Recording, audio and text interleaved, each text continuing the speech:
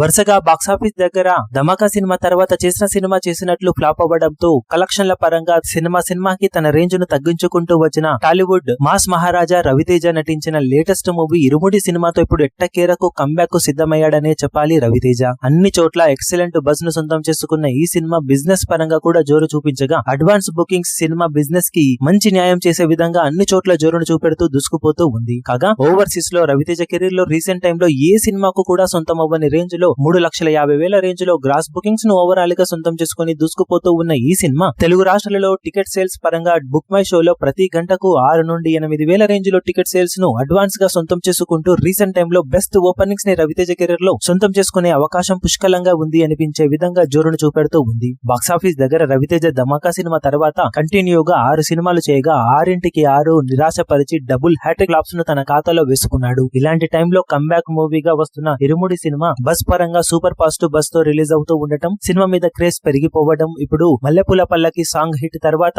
అంచనాలు మరింతగా పెరిగిపోవడంతో ఆ అంచనాలన్నీ సినిమా బుకింగ్స్ పై క్లియర్ గా కనిపిస్తూ తొలి రోజు కలెక్షన్ల పరంగా అంచనాలను మించే అవకాశం పుష్కలంగా ఉందని అనిపించేలా జోరును చూపెడుతూ ఉంది. మీరు సినిమా ఫస్ట్ డే ఎలాంటి కలెక్షన్లు సాధిస్తుందని ఎక్స్పెక్ట్ చేస్తున్నారో కింద కమెంట్ సెక్షన్ లో గెస్ చేయండి.